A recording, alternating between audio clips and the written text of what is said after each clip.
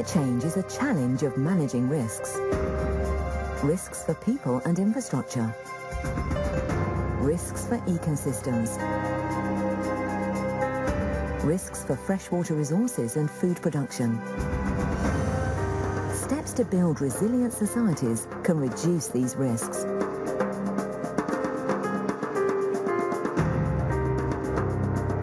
Adapting to climate change can benefit communities, economies, and the environment.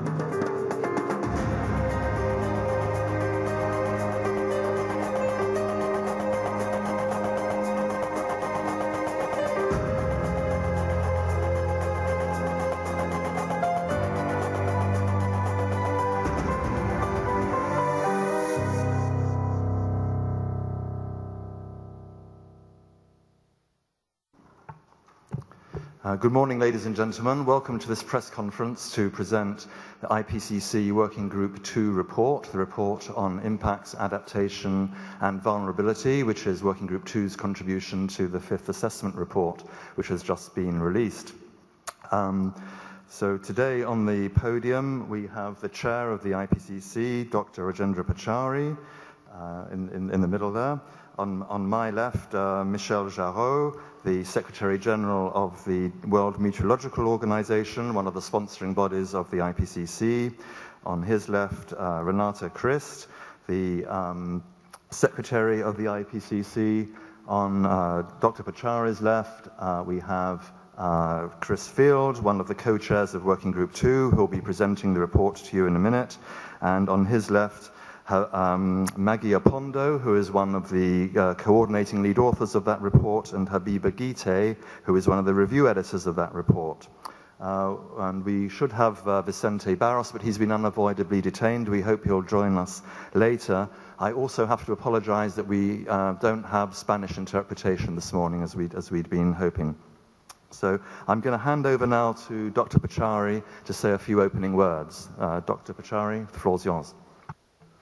Thank you very much, Jonathan, and good morning to you, ladies and gentlemen. We're absolutely delighted at having completed this extremely important report. And as you know, this has involved 309 authors directly and thousands, if you were to count those who were expert reviewers and also those who were contributing authors. We have assessed 12,000 different publications, and I can also inform you that a very large number of them present new knowledge and new material. Why should the world pay attention to this report? Well, we have assessed impacts as they are happening, and impacts on natural and human systems on all continents and oceans. And I would like to emphasize that in view of these impacts and those that we have projected for the future, nobody on this planet is going to be untouched by the impacts of climate change. We know that all the glaciers are shrinking due to climate change, and that has major implications for runoff and water resources downstream. And this severity, of course, varies from location to location. There are some parts of the world where these so-called water towers, which are in the form of ice which stores substantial quantities of water, would be getting depleted in future if we don't do anything about climate change. And that certainly will affect the availability of water for a large number of people, hundreds of millions of people downstream. We also see migration of species because with climate change, several species that have existed in harmony with natural conditions for thousands of years would now and are actually finding it difficult to live in the same locations, and therefore there is a migration of these, and we have assessed the rate at which different sets of these living species would move from one location to another that's more favorable as a result of the impacts of climate change. There are negative impacts on crop yields, particularly in the lower latitudes. And this has serious implications for food security, for livelihoods. And may I emphasize the fact that this really would be a severe challenge for some of the poorest communities and poorest regions in the world. There are serious health impacts, which include heat-related mortality deaths, mortality and vector-borne diseases increasing. There are extreme events which have serious implications for the safety of lives and property. And we have looked at adaptation experience quite extensively and what's happening and what has been happening in different parts of the world. The one thing that we have come up with is the importance of adaptation and mitigation choices, because this is the only way that we might be able to reduce the risks of climate change. There are several key risks, particularly in areas like low-lying coastal areas, the small island states which are very vulnerable to sea level rise. There would be possible breakdown of infrastructure networks, key services like electricity supply and all. And if I could give you an example, not necessarily related to the impacts of climate change, you can see what has happened with several extreme events in different parts of the world in recent months and years. So the reason why I think the world has to take this report seriously is because there are implications for security of food supply, the impacts of extreme events on morbidity and mortality. There could also be severe, pervasive and irreversible impacts on species. And there is a risk of crossing tipping points as a result of increasing temperatures, which of course is very difficult to project or predict, but that's a risk that we have to keep in mind in devising strategies for the future. The last 2 points I'd like to make are the importance of these impacts to human security, because climate change can lead to displacement, can lead to increased conflicts, and there are already several stressors that are leading to conflict in different parts of the world. The impacts of climate change could very well exacerbate some of those risks. There are implications for territorial integrity. And finally, I think the ability of human society to embark on a move on climate resilient pathways depends to a large extent on the extent to which we are prepared to mitigate the emissions of greenhouse gases. And as you know, in a couple of weeks, we are going to be completing the Working Group 3 report, which deals with mitigation. And on the eve of that, I want to emphasize that what happens in terms of impacts of climate change in different parts of the world would be determined to a large extent on the extent to which we are prepared and are able to mitigate the emissions of greenhouse gases. So please be also prepared to look at the findings of the report of Working Group 3. And then finally, at the end of October, we'll be bringing out the synthesis report, which combines and synthesizes the knowledge from all the 3 working group reports of the 5th assessment cycle. Thank you very much. Thank you very much, Pachi, and welcome to Dr. Barros, who's just arrived. Could I ask Michel Jarreau of the WMO to say a few words now? Thank you. Thank you very much. And I would like to complement what Dr. Pachauri just said. This Working Group 2 report is an element of a much bigger jigsaw. The first element of this jigsaw, you remember, was Working Group 1. And Working Group 1, there were 2 important messages. Climate is changing. There is no doubt any longer. And 95% confidence it is due to human activities.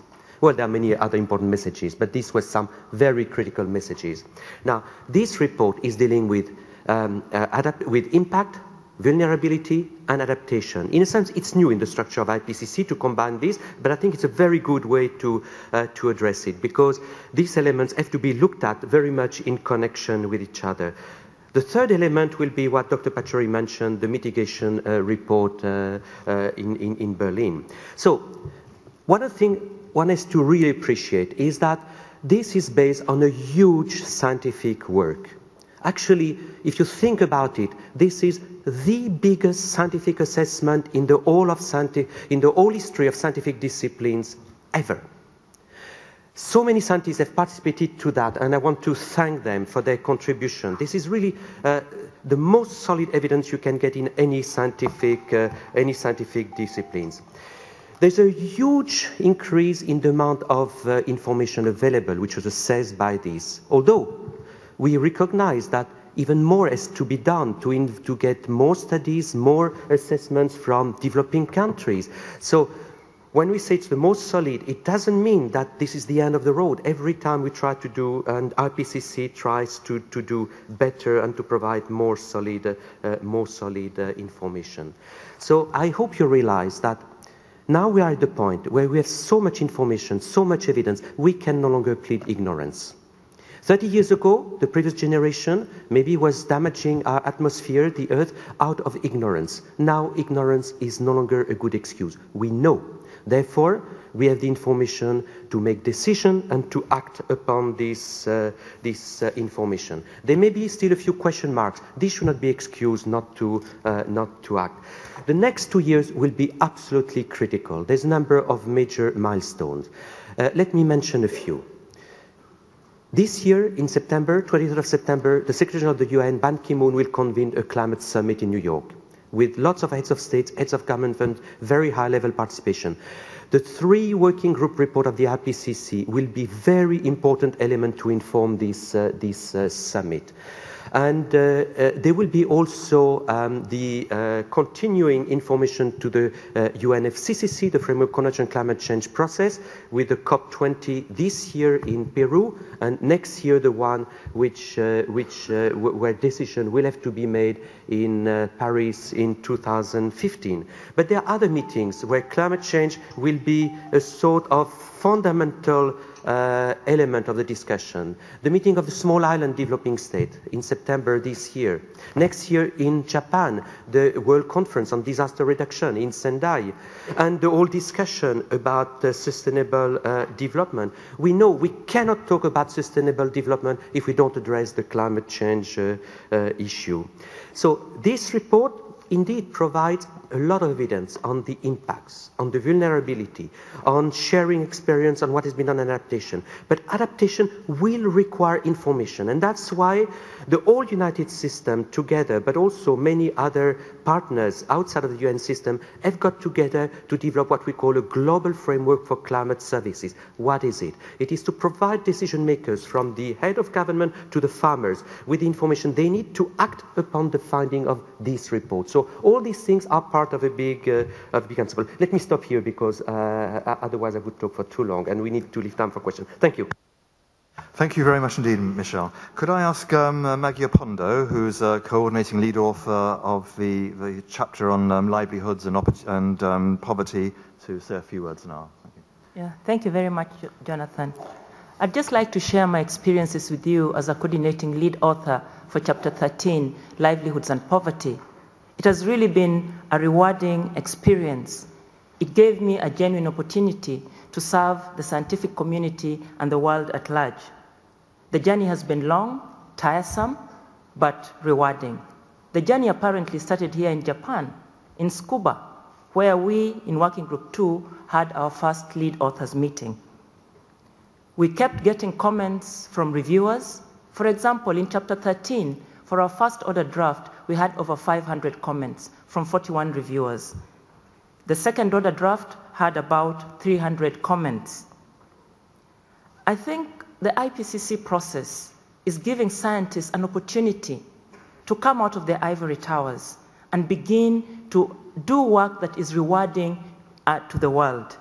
Often as scientists, our work does not influence policy, but this is a genuine opportunity to give the world, share our knowledge with the world so that we can make the world a better place. The most exciting part for me has been the last few days. They were gruesome, long nights, but we realized as scientists that we must give clear messages from our studies and our assessments so that they can be used to make the world a better place. I think the IPCC is unique in that we work with the policymakers who okay the outline of the working group reports. Therefore, I think this is the way to go if the scientific community is to contribute to making the world a better place. Thank you. Thank you very much indeed, Maggie. I'd now like to ask Dr. Gite, one of the review editors on the Adaptation Opportunities and Constraints chapter, to say a few words. Thank you. Good morning, and thank you for the introduction. I'm one of the 66 review editors for this assessment report. The review editors, as for the authors, come from all over the world. I myself am from Australia. The IPCC chapters actually go through extensive reviews. As a scientist, I find that the IPCC chapters are reviewed more than any paper I published in my life. These reviews are done by experts as well as by governments. For the chapter that I represent, we received about 1,000 reviews from all over the world, and they really were about improving the content both in literature but also on issues that the authors needed to consider. In total, the assessment as a whole received about 50,000 comments. So as you can see, the authors have a huge challenge to address them and to consider each one of them individually. And as review editors, our responsibility is to make sure and guide the authors in addressing those comments. It is a challenge, but at the end of the day, it really did improve both the content and the literature that is covered within the chapters. And I think it contributed to the discussion over the last week. As Maggie said, it has been a grueling and long week, but overall it has actually improved the quality of the chapters and the assessment report. Thank you. Thank you very much, Habiba. And to finish off this first part of the press conference, I'd like to ask Chris Fields to present the report itself. Thank you. Thank you, Jonathan, and thanks all of you for joining us this morning and giving us a chance to share some of the findings of the assessment that, as you've already heard, hundreds of scientists around the world have carried out with great diligence over the last almost 5 years. The report I'm about to present really is a product of the entire scientific community. As Dr. Pachauri said, we had over 300 authors, but hundreds of other scientists from around the world contributed specific review comments building on scientific literature produced by thousands of their colleagues. In many ways, I see the IPCC report that we're presenting today as the top of a gigantic pyramid of scientific knowledge that's been developed around the world over many decades. If I could have the slides, please. It's a real privilege to share some of the key findings of the report. One of the things that's most central to the conceptualization of the challenge is what's the nature of impacts from climate change? What's the nature of the risk that leads to impacts? And when you think about impacts of climate change, you need to recognize that they emerge from risk, and risk is generated by the overlap of climatic events interacting with societal conditions, vulnerability, who's susceptible to harm and why, and exposure, what are the assets in harm's way. You can really understand risk of climate impacts as emerging from the interaction of these processes driven by climatic change, but also by socioeconomic processes, with the opportunity for decreasing climate change coming from mitigating emissions, as shown in the bottom part of this figure. With this conceptualization, it's clear that as a society, as a world, we have many approaches to reducing risk of climate change impacts. One is working through the side of reducing the amount of climate change that occurs, but the other is working through the side of improving society to decrease vulnerability and tamp down the overall risk level. When you look at the key findings of the report, as Dr. Giroux and Dr. Pachauri have already said, one of the most important findings is that we're not in an era where climate change is some kind of a future hypothetical. We live in a world where impacts of climate changes that have already occurred are widespread and consequential. We see impacts from the equators to the poles and from the coast to the mountains. There's no question that we live in a world that's already altered by climate change. One of the most high impact findings of this report is a map of where climate changes have occurred, where climate change impacts have occurred, what sectors have been affected, how confident are we in those changes, and what are the consequences of those changes. Here's a picture of the map, and I know it has too much detail for me to describe here, but you could think of this map as a portal, an entry point into a rich discussion of impacts that have already occurred. Impacts that have occurred in the Americas, impacts that have occurred in the Southern Hemisphere, impacts in Asia, Europe, and Africa. Around the world, everywhere you look, there are impacts of climate changes that have already occurred, already been documented, and already had consequences.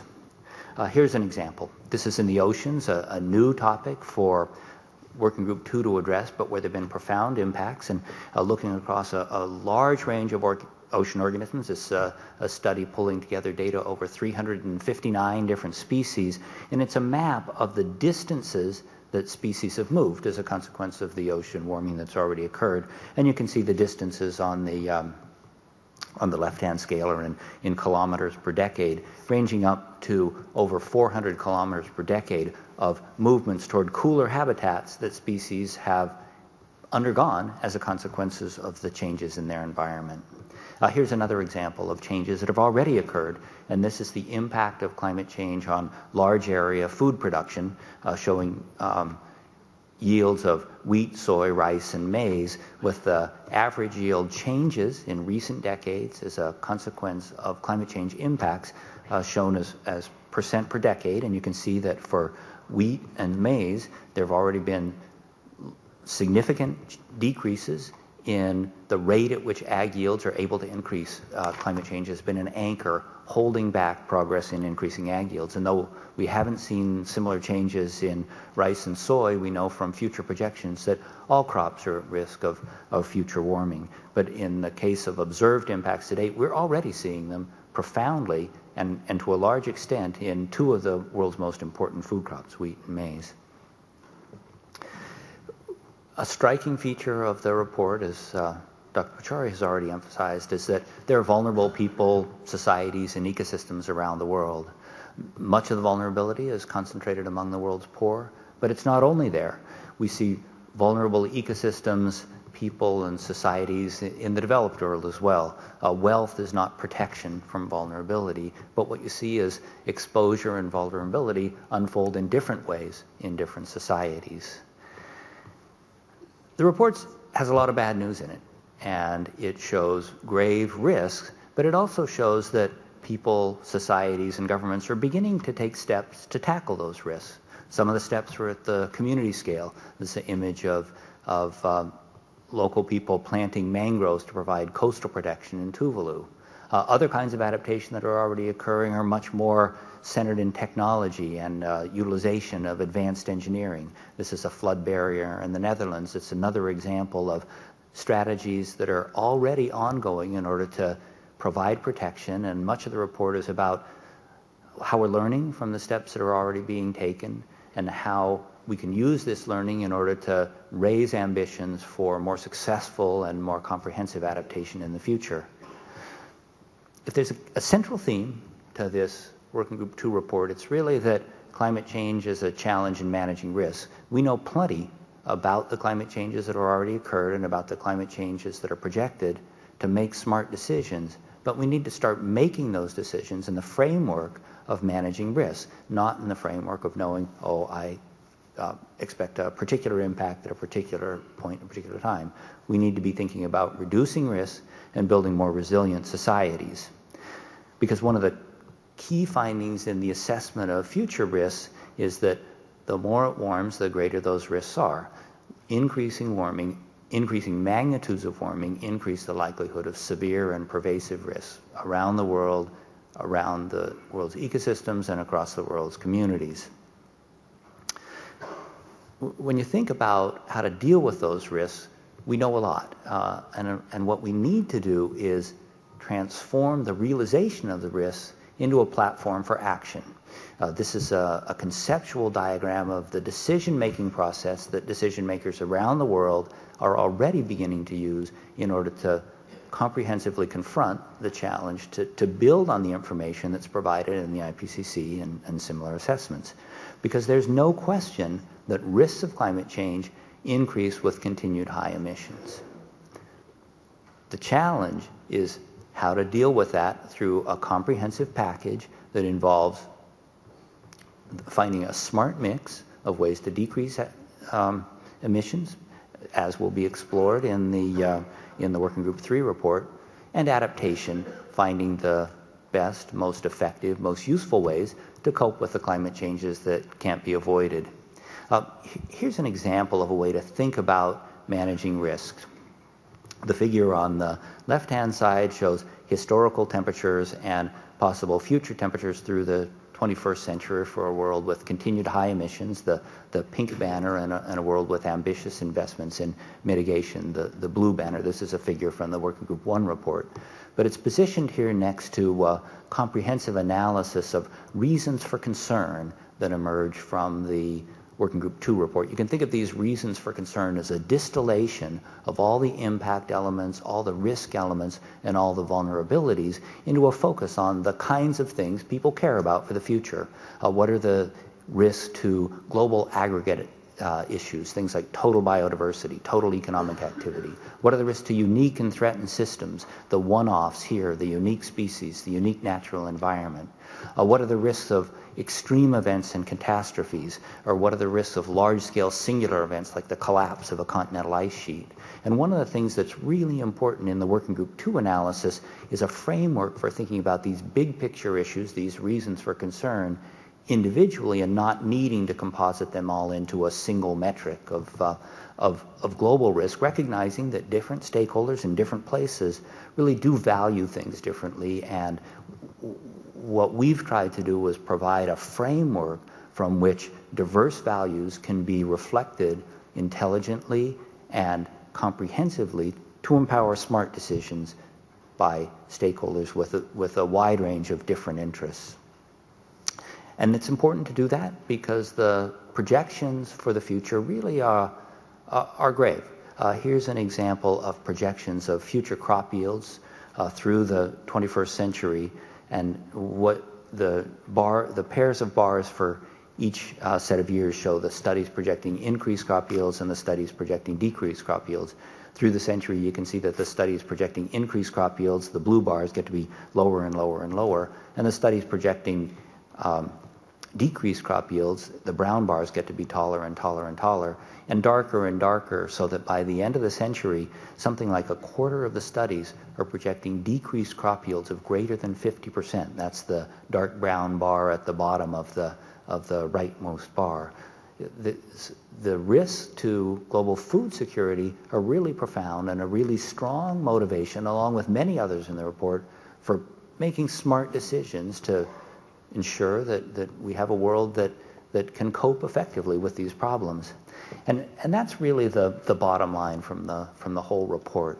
The report talks a lot about challenges, and it has its share of scary scenarios and doom and gloom, but it also talks in a very optimistic tones, well, in neutral IPCC tones that are rich with optimism about the kinds of steps that are already being taken to deal as effectively as possible with the climate changes that can't be avoided, and the opportunities for integrating ambitious efforts to decrease climate change, to deal as effectively as we can with the climate changes that can't be avoided, into a comprehensive view of a society that's advancing and taking advantage of steps to integrate climate change mitigation, climate change adaptation, and sustainable development into a vision of a better world, a richer that's more secure, more robust, and more vibrant.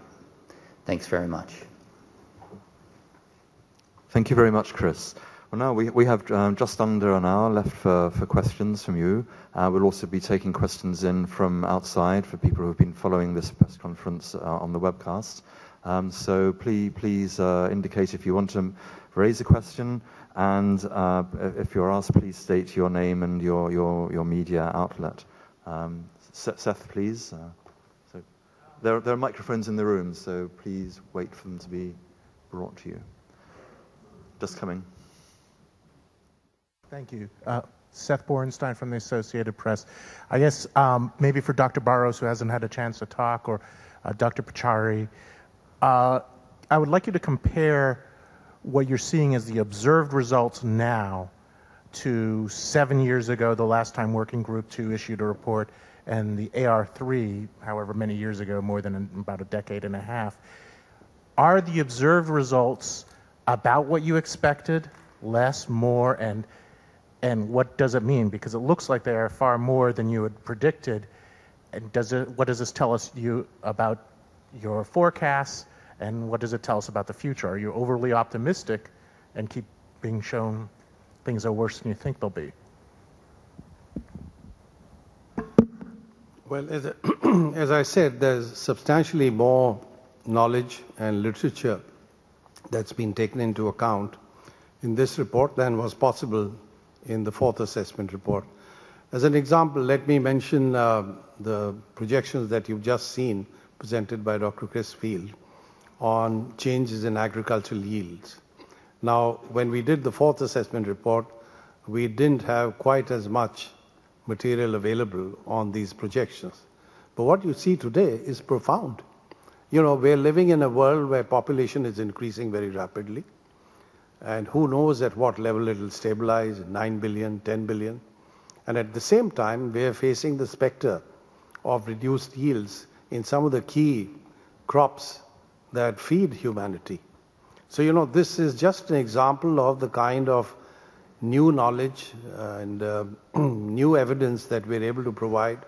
And this is also true of, you know, what you find, for instance, with respect to species. And as Dr. Chris Field mentioned, we have gone into considerable depth on marine systems in this report. And this was really not possible. As a matter of fact, I remember very clearly in Valencia when we approved of the synthesis report in the last cycle, there was inclusion of the reality of ocean acidification, but we didn't quite have the knowledge that was available to us in looking at the implications of ocean acidification. We have much more of that today. And we tend to forget that when you talk about food security, it's not just what grows on land. A large part of humanity also uses nutritional material from the seas, from the oceans. If that's going to be affected, as Dr. Chris Field showed you, the result of migration from one location to the other has serious implications for food security in different parts of the world. So, I mean, these are just some examples of what we find with much greater certainty, with far greater detail today than was possible 7 years ago.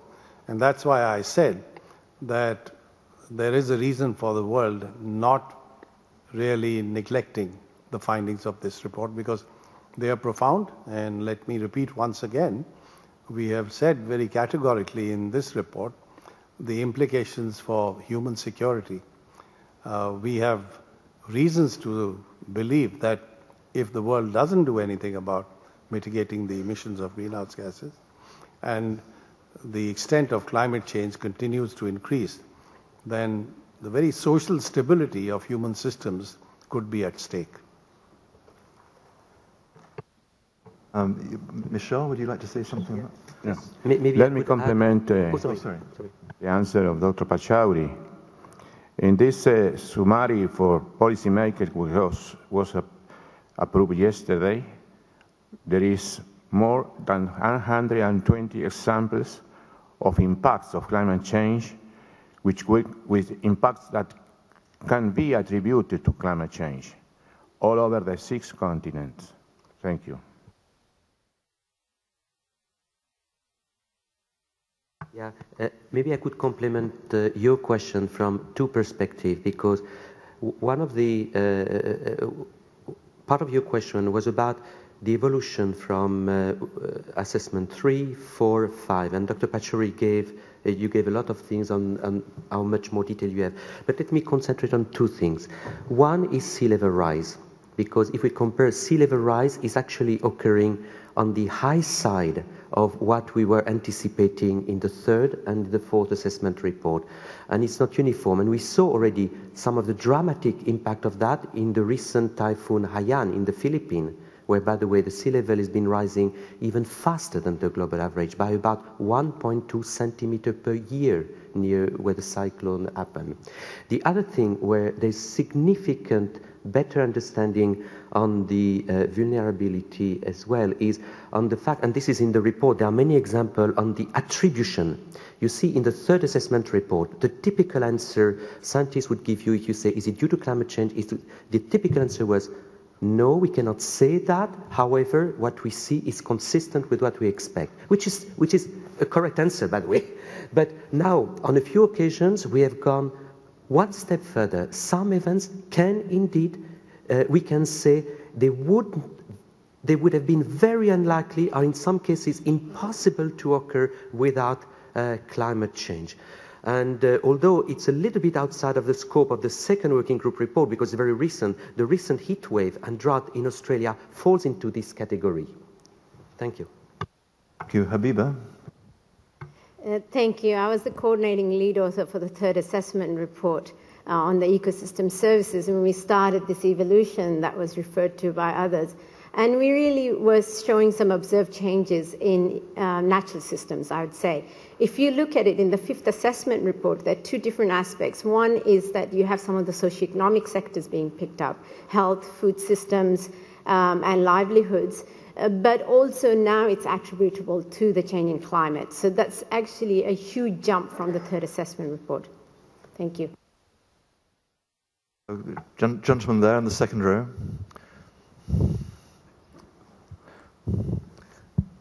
Thank you, moderator. My name is Satoru Mizuguchi of Housing Tribune of Japan.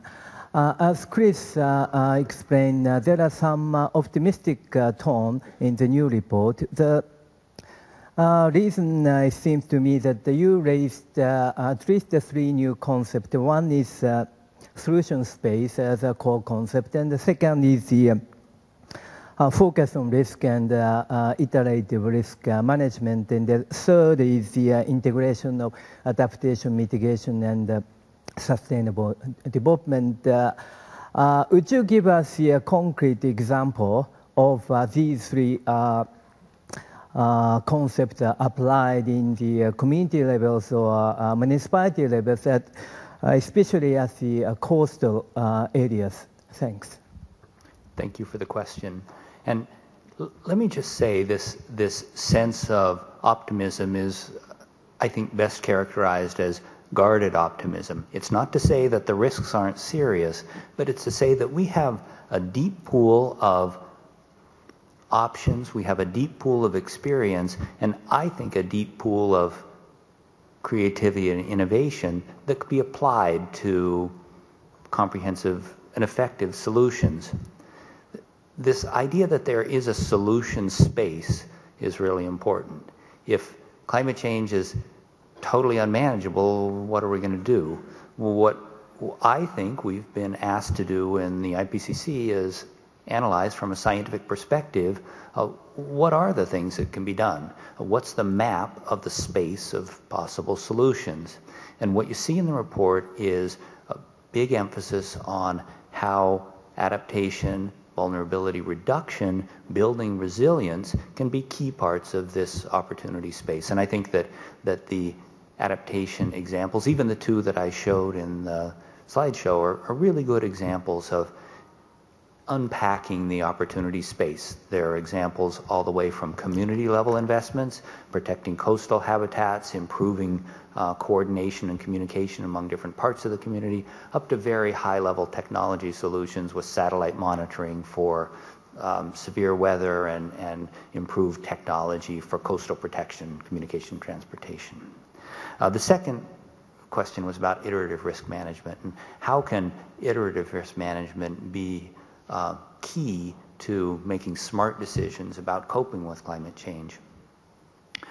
One of the things we're seeing is that commitments to adaptation are really beginning to occur beyond the reacting to the past disaster, and people are beginning to think about how to build resilience so that future disasters aren't as bad or don't occur. And I think about iterative risk management essentially as being learning by doing, developing an adaptation plan, deploying it, seeing where it works, where it doesn't, improving that plan and deploying it again. Around the world, we're seeing a real flowering of investments in adaptation planning, building experience, and learning from that experience. And then the third real area is how adaptation and mitigation can work together. And I think in the past there has been a mischaracterization of the climate problem such that investments in adaptation or investments in mitigation should be understood primarily as pulling resources away from the things we hoped economies did, that they were a dead weight on the economy. And when you look at what's known about consequences of investments in adaptation and mitigation, you see exactly the opposite, that those can be investments that really strengthen economies and can be integrated into thinking about sustainable development, not only in poor countries, but in rich countries as well, in ways that can be components of ambitious plans for, as Maggie characterized it very eloquently, a better world. Yes, if I could just add to what Dr. Christfield has said. The reasons for guarded or cautious optimism also lie in the fact that around the world today there is much greater awareness on climate change issues than was the case, say, 10 years ago. And I think given the fact that in the ultimate analysis, governments have to respond to the priorities and preferences of the people, if there is a growing awareness on some of the scientific realities of climate change, then clearly with all the options that, let's say, have been brought out in this report, we would find translation of those options into action. And I'd also like to mention that what is being revealed through reports like this are the enormous co-benefits of action. You see, if you take adaptation, for instance, let's say you put in place mechanisms, institutions, methodologies for dealing with, let's say, climate-related disasters.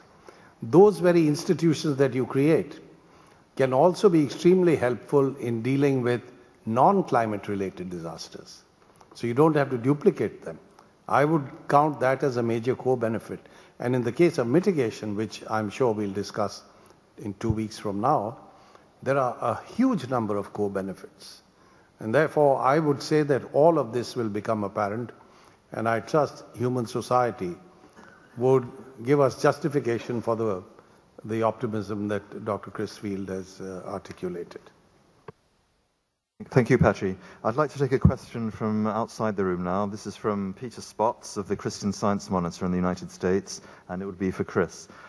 Can you explain the reason behind the difference between the way Working Group 1 and Working Group 2 view attribution of observed changes, observed anthropogenic change? Why select the regardless of cause approach if Working Group 1 has a high degree of confidence in the human contribution to climate change? So that's a really good question. There's a difference in the techniques, but it's really grounded in a difference in the goals. The Working Group 1 approach to attributing climate change to the human component is that we're really trying to understand the physics, and we're trying to understand in the picture that the climate system is presenting to us, what's the role of humans. When we talk about dealing with the future, what we really want to know is what's the sensitivity of things we value to climate change? Food security, biodiversity, resilient economies. And the reason that we focus on understanding the role of climate change in these impacts is because that's what people care about.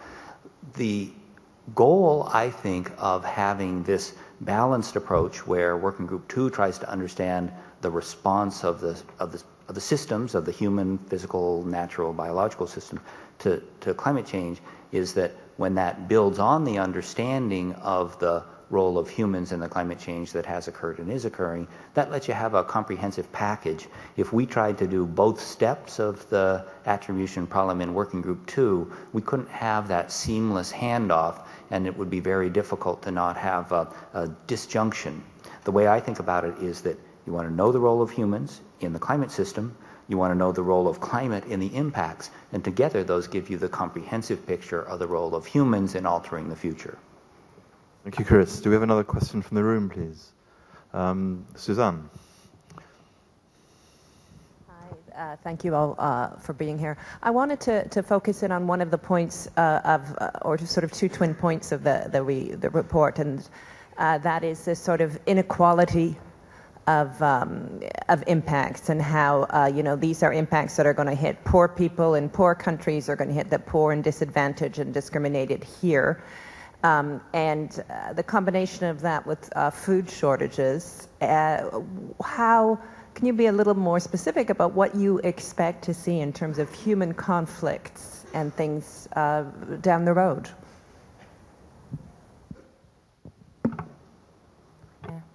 Yeah, thank you very much for that question.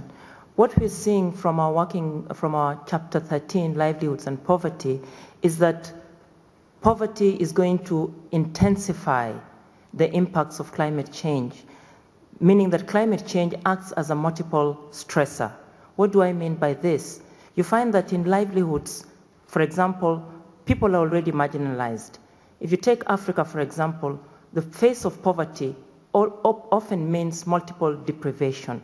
It is the face of lack of education, hunger, lack of basic services, and coupled with this, we found out that in the urban areas, the poor are going to be harder hit. Africa has lots of slums, and within these slum areas, they do not have the proper facilities. Then you add on the impact of climate change or extreme events, and people become more vulnerable, sinking deeper into poverty and unable to come out of the poverty traps.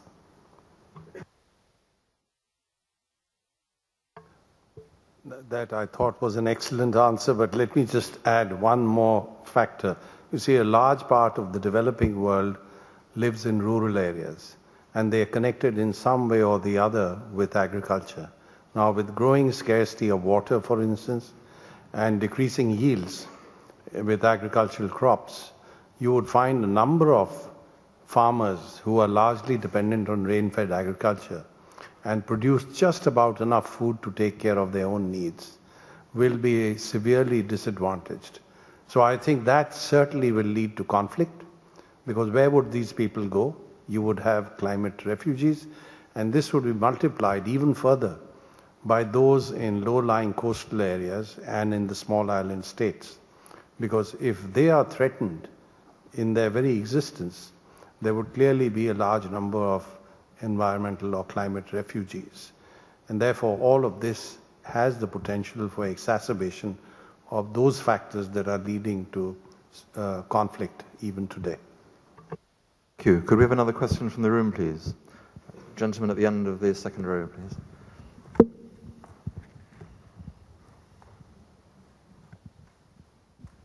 Hi, I'm Kyoshi Ando from Nikkei newspaper.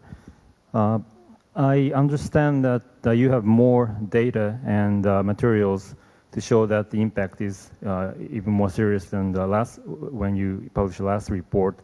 But in terms of financial means and investment needed for adaptation and risk management, I don't see as much quantitative description in the report as one would expect.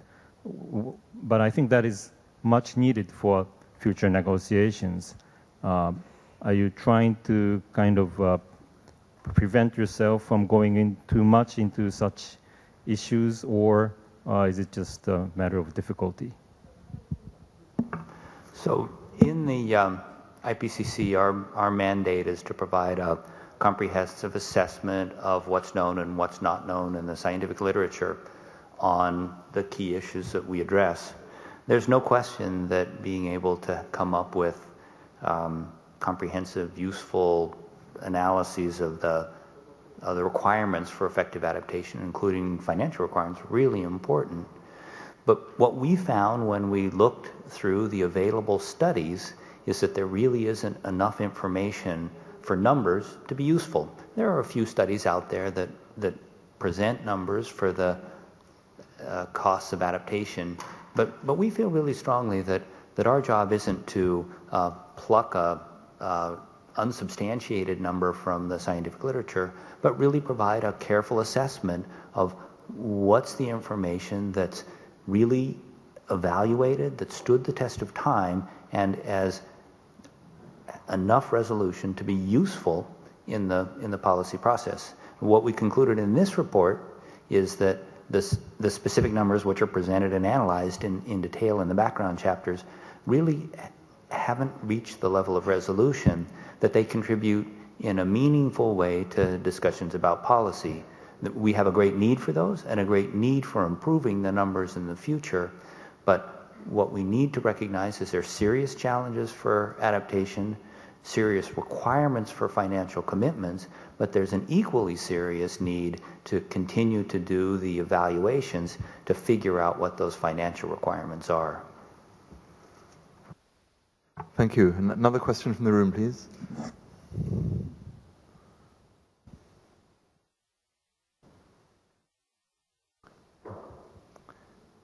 Any more questions from within the room?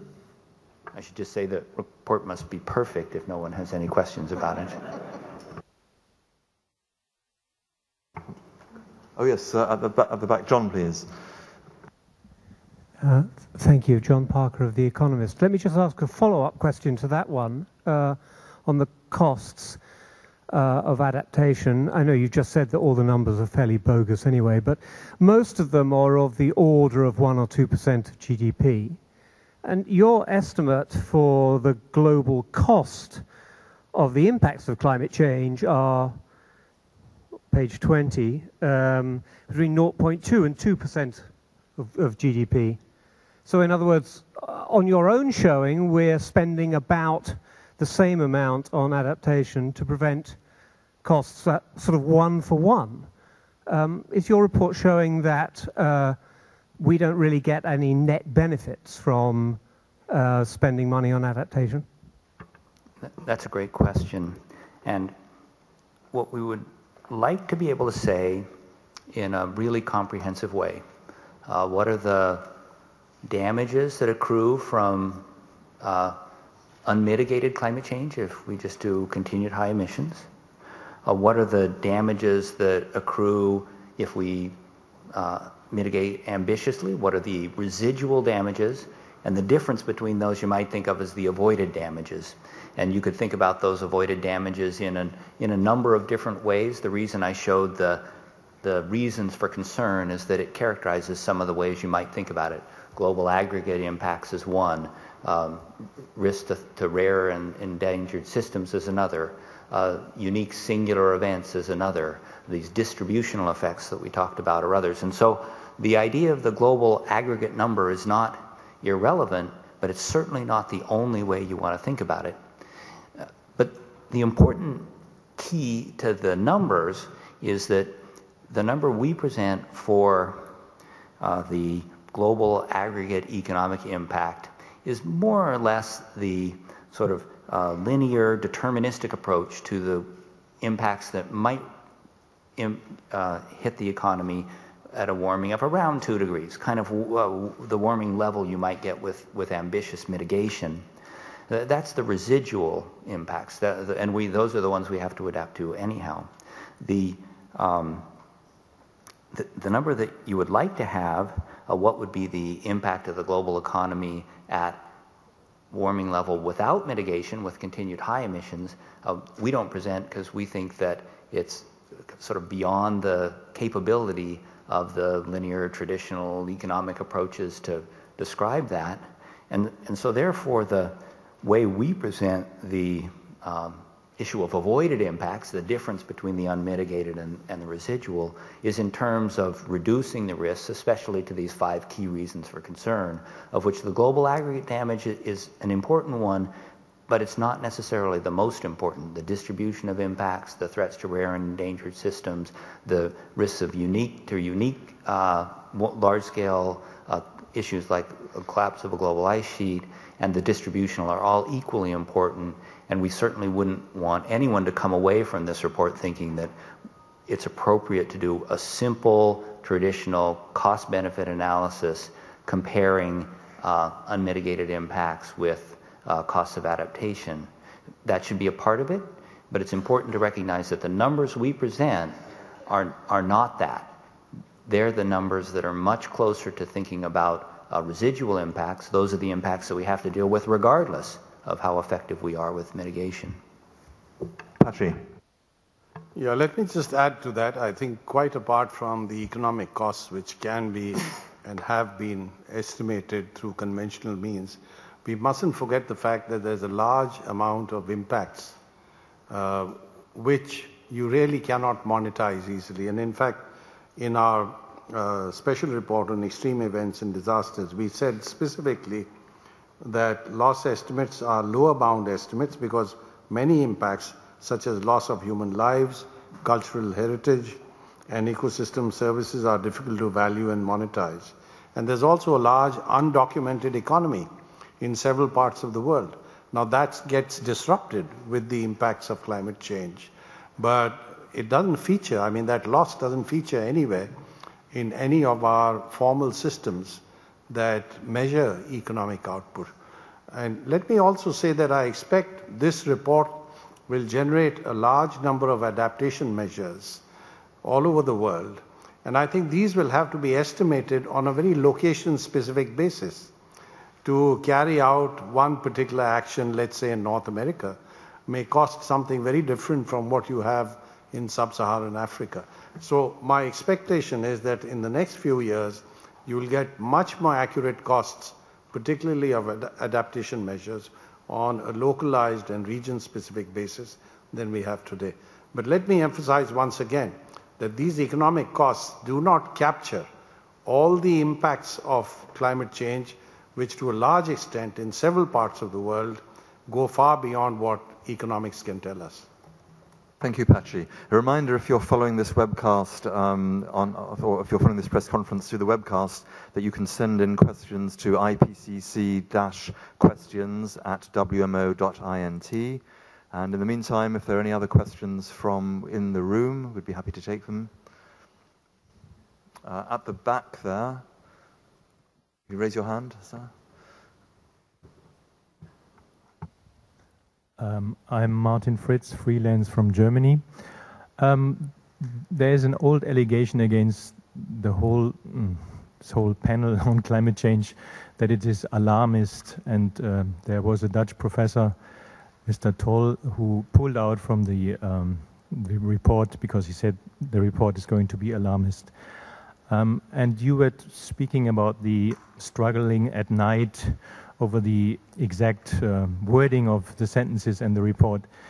So was this a struggle between alarmists and non-alarmists during these nights here in Yokohama? And what do you think about the allegation that you guys are just alarmists? Chris. Thanks for that question. You know, IPCC is a unique organization. The way I think about it is that when you get an IPCC report, you see the position of the scientific community. Our job is to represent the full diversity of scientific evidence and scientific views. And I can assure you that every IPCC author thinks the report would be a lot better if it put more emphasis on his or her own work. Absolutely, uncertainly, that's a very high confidence statement. The IPCC report is not about confirming or unconfirming the perspectives of any individual. It's about finding the position of the scientific community, and not just the 300 authors, the hundreds of authors who submit review comments, and the thousands of authors around the world who are producing the scientific literature that we're assessing. On every issue, there's a diversity of opinions, and our goal in the report is to accurately reflect those opinions. Now, on the issue of Professor Toll, a lead author, those of you who are watching the pictures from the proceedings here know that he was deeply involved in the proceedings, really helped us fine-tune the wording so that it was as accurate and consistent with the evidence coming from his chapter's analysis as possible. So he's been very much a part of this and very deeply embedded all the way through the fine-tuning that occurred over the last several days. I would like to take advantage of this question to say just a few words about what the goal is of the plenary approval process that's occurred over the last few days. The idea of the IPCC report is it provides a distillation of what's known and what's not known in the scientific community. It provides this clear picture of what we know and what we don't know, what the distribution of views is. As you've heard this morning, the scientists don't always capture the clearest and most eloquent, easiest to communicate terms. We use a lot of jargon.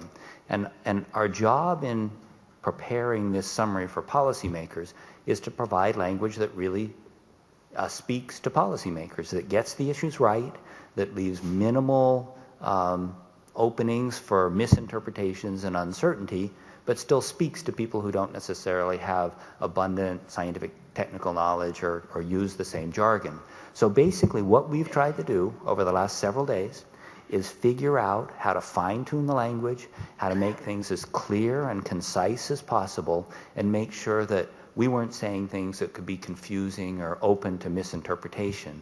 It's about getting the science right. It's not about altering or reframing the science. We come in with a science package and we come out, and those of you who have looked at the pre and post-approval session documents know that, we come out with the same science, but fine-tuned to emphasize the understandability, the clarity, and to minimize the risks of misunderstandings.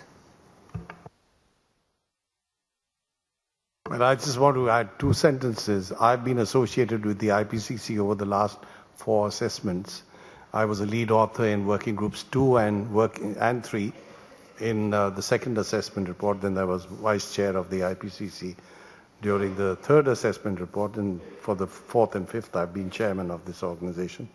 And I can tell you it's a unique process by which we come to a scientific consensus, and I want to pay tribute to the scientists who have the rationality, who have the objectivity to take in a whole range of viewpoints and then come up with something that is scientifically valid and defensible. I do want to pay this tribute. Of course, everyone has, as Dr. Crisfield said, the unshakable faith that if they were responsible for doing the report, that they'd probably do it better than what comes out. But in the end, what we get is the best that is possible. And what makes it even stronger is the fact that the report is accepted, approved word by governments, because after all, the summary for policymakers has to be written in language that policymakers understand.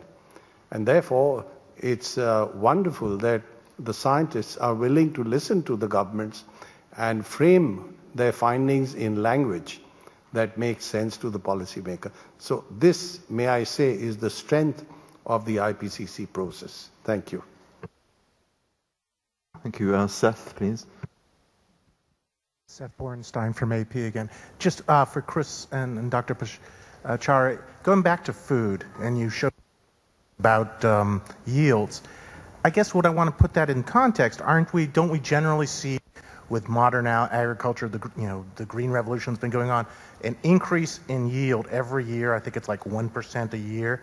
So are you talking a net decrease in the future from where we are, or are you just talking about we're growing slower? Because those graphs look like less food. Are we still going to have more food? And does that difference between slightly less more food mean much? This question illustrates one of the big challenges with doing attribution in human-dominated areas. And it also demonstrates, in many ways, the richness, but also the difficulty of the human condition, right?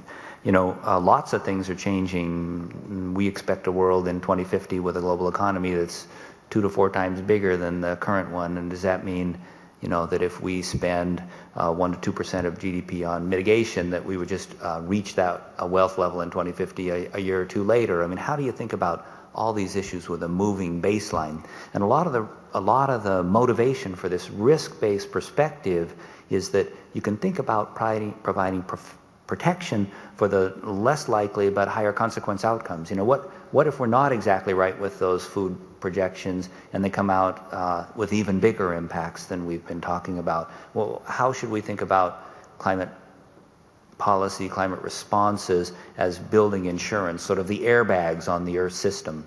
But specifically on the food question, the world has a remarkable record of increasing food availability, especially since the 1960s with the birth of the Green Revolution. And for several decades, yields of the world's major food crops increased almost 2% per year, a remarkable accomplishment.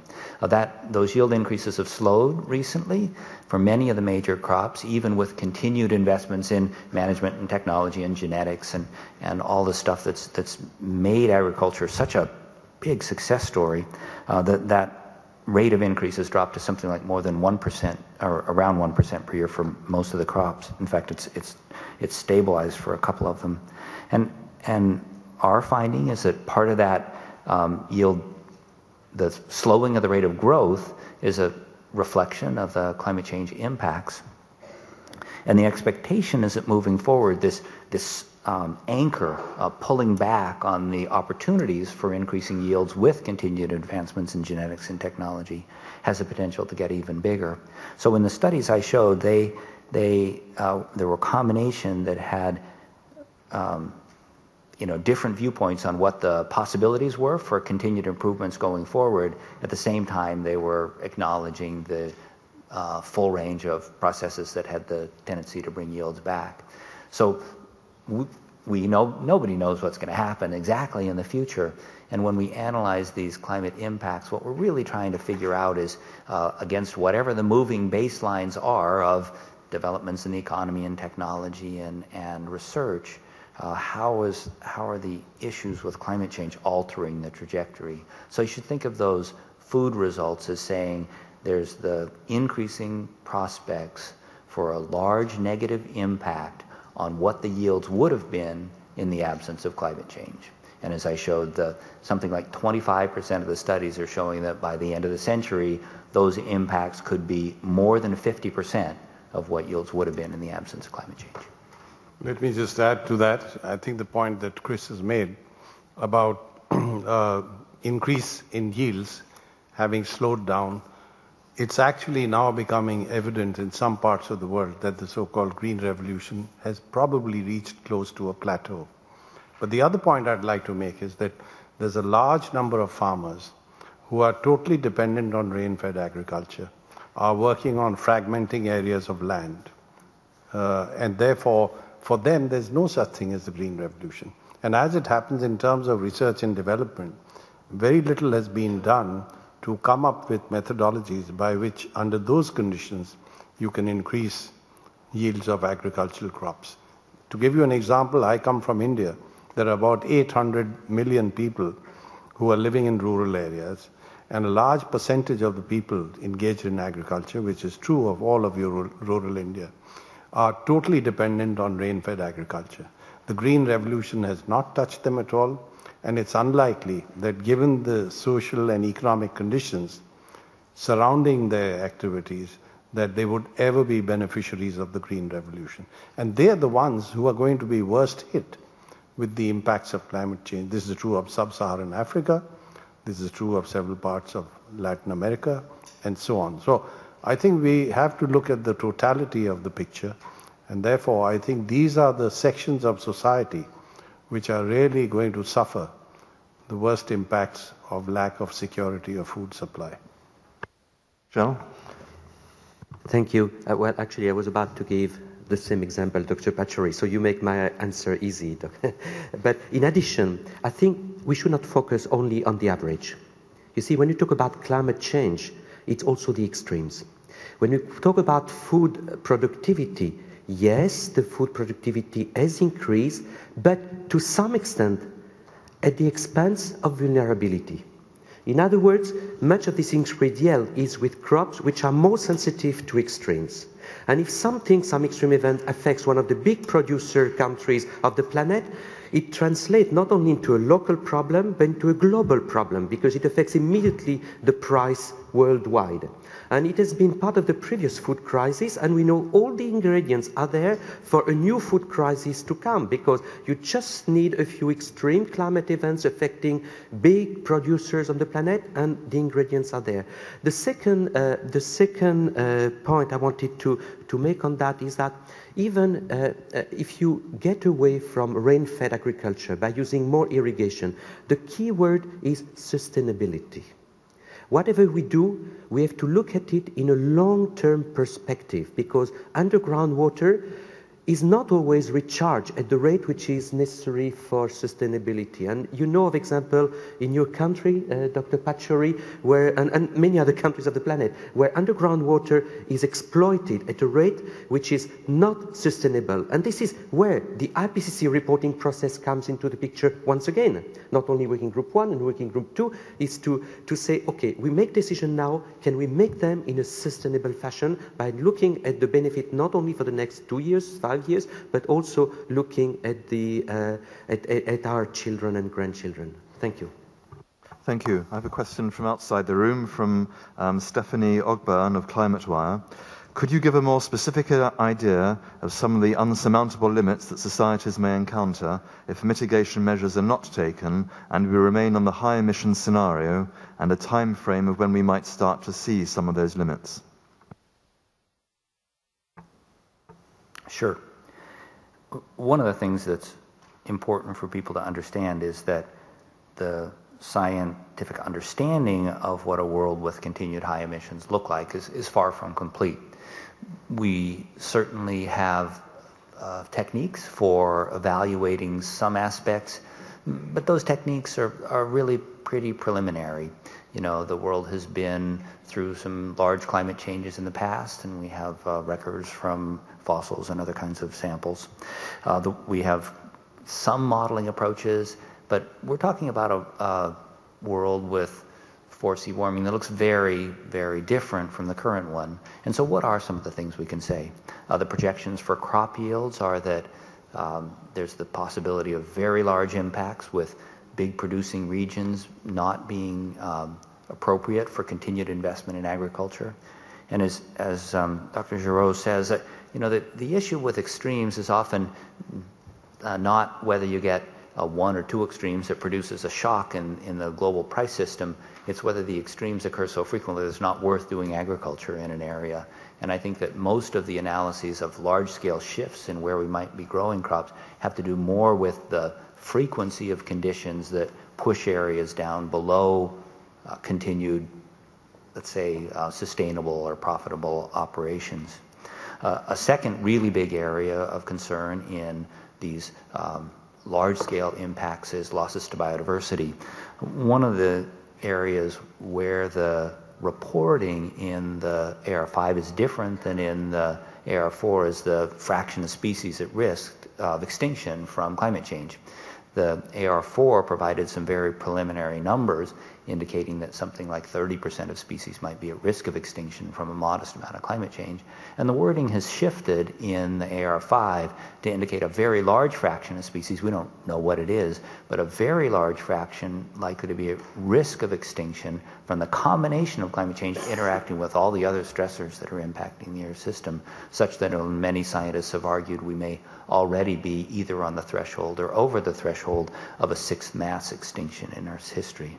And then a final area that I want to highlight is really important is it's described in the reasons for concern as singular events. And the one that should be most on people's mind is commitment to loss of a major continental ice sheet like the Greenland ice sheet, which has enough mass of ice sitting above sea level that if that melts, we're talking about 7 meters approximately of global sea level rise. And there's some point in the future at which the climate system is essentially committed to complete loss of the Greenland ice sheet. We don't know if that occurs at 1.5 degrees above pre-industrial or 3 degrees above pre-industrial, but there's some point at which we'll pass a threshold for this, at least on the time scale of centuries to thousands of years, irreversible large-scale change in the Earth system with a commitment to meters of sea level rise. Thank you. Another question from within the room, please. Gentleman in the second row again.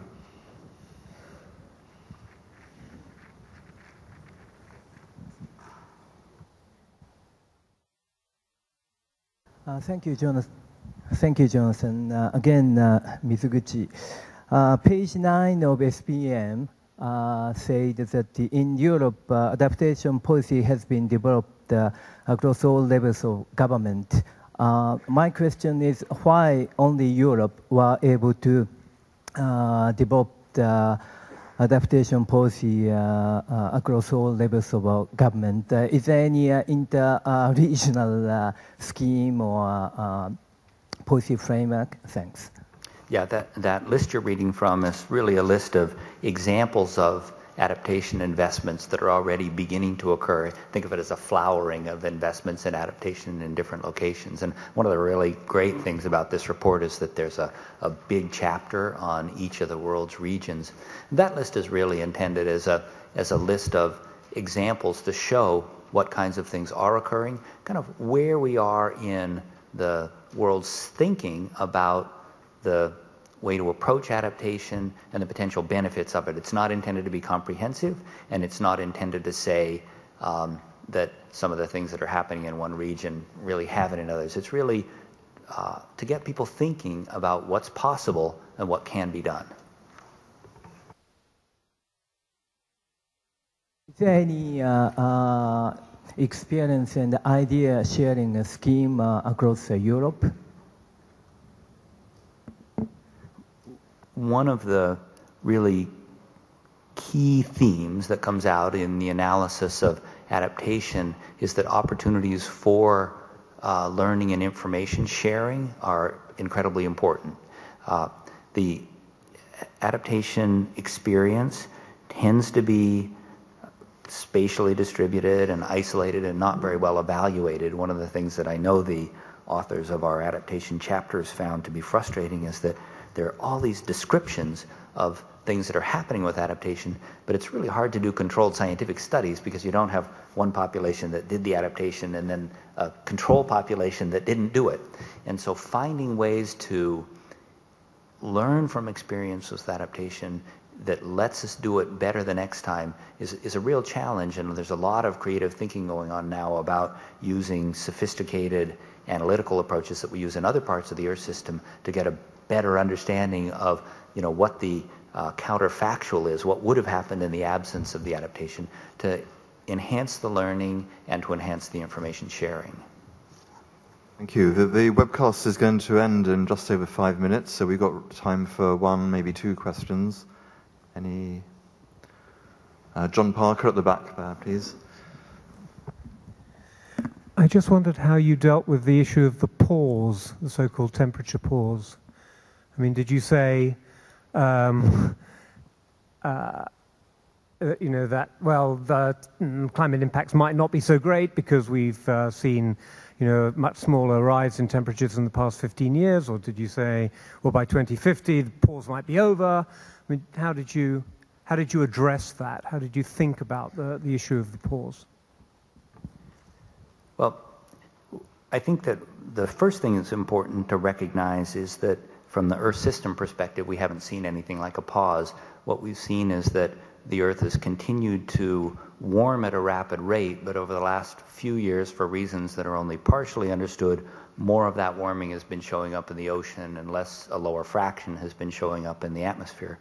And even though the atmosphere has continued to warm, we've had more of the global warming showing up in the ocean. So the idea of a pause is not, it's just not correct. It's not what we're seeing in the data. What we're seeing in the data is continued rapid warming. And this idea of a range of possible futures is really fundamental to the risk framing approach that we've taken in Working Group 2.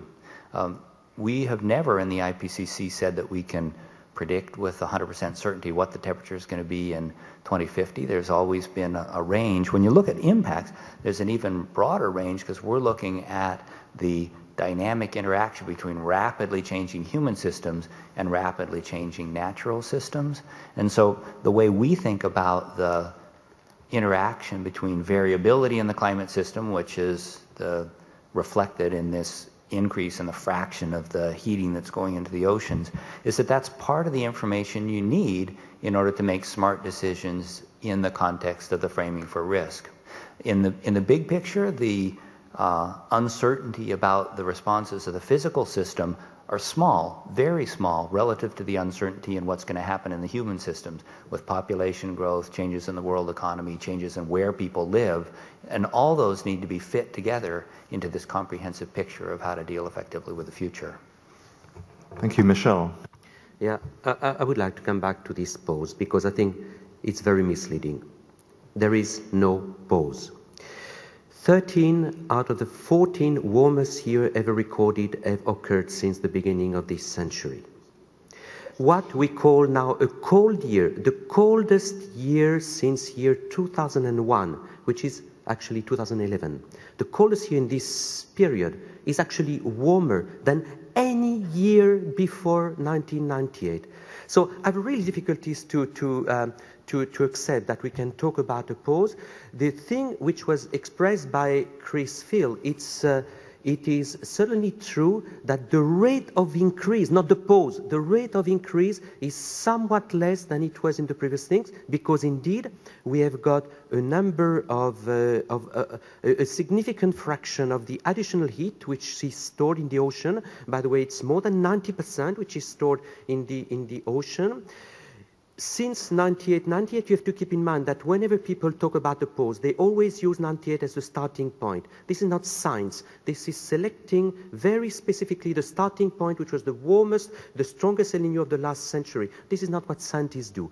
What WMO recommends is that when you look at trends, you have to look at longer period, not to isolate the starting point and the end point to draw the conclusion that you would like to see.